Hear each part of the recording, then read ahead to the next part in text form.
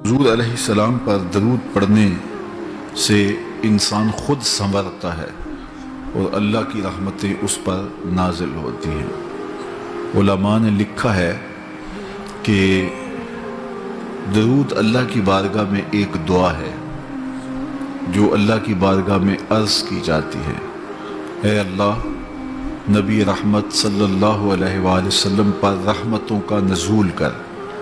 تو کوئی یہ دعا مانگے کہ اے اللہ اپنے نبی پر رحمتوں کا نزول کر، تو کیا اللہ تعالیٰ اس کی یہ دعا قبول نہیں کرے گا؟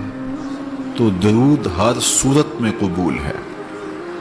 تو اس کا جو فائدہ ہوا کہ جس نے ایک مرتبہ حضور کے لیے اللہ کی بارگاہ سے رحمتوں کی دعا مانگی، تو اس کے مانگنے سے محبوب علیہ السلام پر کتنی رحمتوں کا نزول ہوا وہ تو اللہ جانتا ہے، یا جس محبوب کریم پہ نزول رحمات ہوتا ہے وہ جانتے ہیں، لیکن جو ہاتھ اٹھا کے دعا مانگے، جو ہاتھ باندھ کے درود پڑھے، ایک مرتبہ درود پڑھنے سے اللہ کی 10 رحمتیں اس پر نازل ہوتی ہیں۔ تو جو مسلسل درود پڑھے جا رہا ہے تو پھر رحمت کی برسات ہوتی ہے اس کے اوپر۔ رسول کریم صلی اللہ علیہ وآلہ وسلم نے ارشاد فرمایا، تم جہاں بھی ہو میرے اوپر درود پڑھو، تم جہاں بھی درود پڑھتے ہو وہ میرے تک پہنچتا ہے۔ صبح پڑھو، شام پڑھو، دوپہر پڑھو، دن کو پڑھو، رات کو پڑھو، نماز سے پہلے پڑھو، نماز کے بعد پڑھو، محفل کے آغاز میں پڑھو، محفل کے دوران پڑھو، محفل کے اختتام پہ پڑھو، مسجد میں پڑھو، گھر میں پڑھو، جہاں بھی میرے اوپر درود پڑھو گے، جیسے بھی میرے اوپر درود پڑھو گے، فرمایا میرے تک پہنچتا ہے۔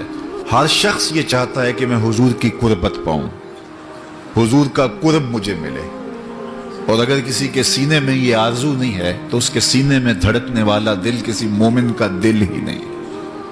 یہ میری بھی آرزو ہے، گناہگار ہونے کے باوجود آرزو ہے، آپ کی بھی آرزو ہے، آرزو تو کی جا سکتی ہے، چونکہ کرم ہوتے دیر نہیں لگتی، وہ جس پہ چاہے کرم فرمائے۔ تو اگر قربت حاصل کرنی ہے تو پھر اس کا طریقہ کیا ہے؟ رسول کریم صلی اللہ علیہ وآلہ وسلم نے ارشاد فرمایا، قیامت کے دن میرے سب سے نیڑے وہ ہوگا جو سب سے زیادہ میرے اوپر درود پڑھتا ہے۔ تو جتنا درود حضور پہ زیادہ پڑھو گے، قیامت کے دن اس قدر حضور کی قربت نصیب ہوگی، اور حضور کی چادر رحمت کی ٹھنڈی چھاؤں ملے گی، جام کوثر نصیب ہوگے، اور جہاں حضور ہوں گے وہاں قیامت کے دن کی سختیاں نہیں ہوں گی، وہاں دامن محبوب کی ٹھنڈی ہوائیں ہوں گی۔ تو حضور علیہ السلام پر کثرت سے درود پڑھنا یقیناً یہ دکھوں کو دور کرنے کا علاج ہے، اور یہ دنیا آخرت کی بہتریوں کی ضمانت ہے۔ حضرت ابو ہریرہ رضی اللہ تعالیٰ عنہ سے روایت ہے جو امام ابو داود نے اپنی سند سے روایت کی ہے۔ رسول کریم صلی اللہ علیہ وآلہ وسلم نے ارشاد فرمایا کہ جب کوئی شخص میرے اوپر سلام بھیجتا ہے تو اللہ تعالیٰ میری روح میرے اندر لٹا دیتا ہے، یہاں تک کہ میں اس کے سلام کا جواب دیتا ہوں۔ روح اطہر جسد انور میں لوٹا دی جاتی ہے اور حضور سلام کا جواب دیتے ہیں۔ تو مجھے کائنات میں کوئی ایک لمحہ تو ایسا بتاؤ جس لمحے حضور پہ سلام نہ پڑھا جاتا ہو۔ وہاں روضہ رسول پہ چلے جائیں تو وہاں لمحہ لمحہ سلام کے گجرے ہیں، کائنات کے جس گوشے میں چلے جائیں درود و سلام کے جو ہیں وہ گجرے ہیں۔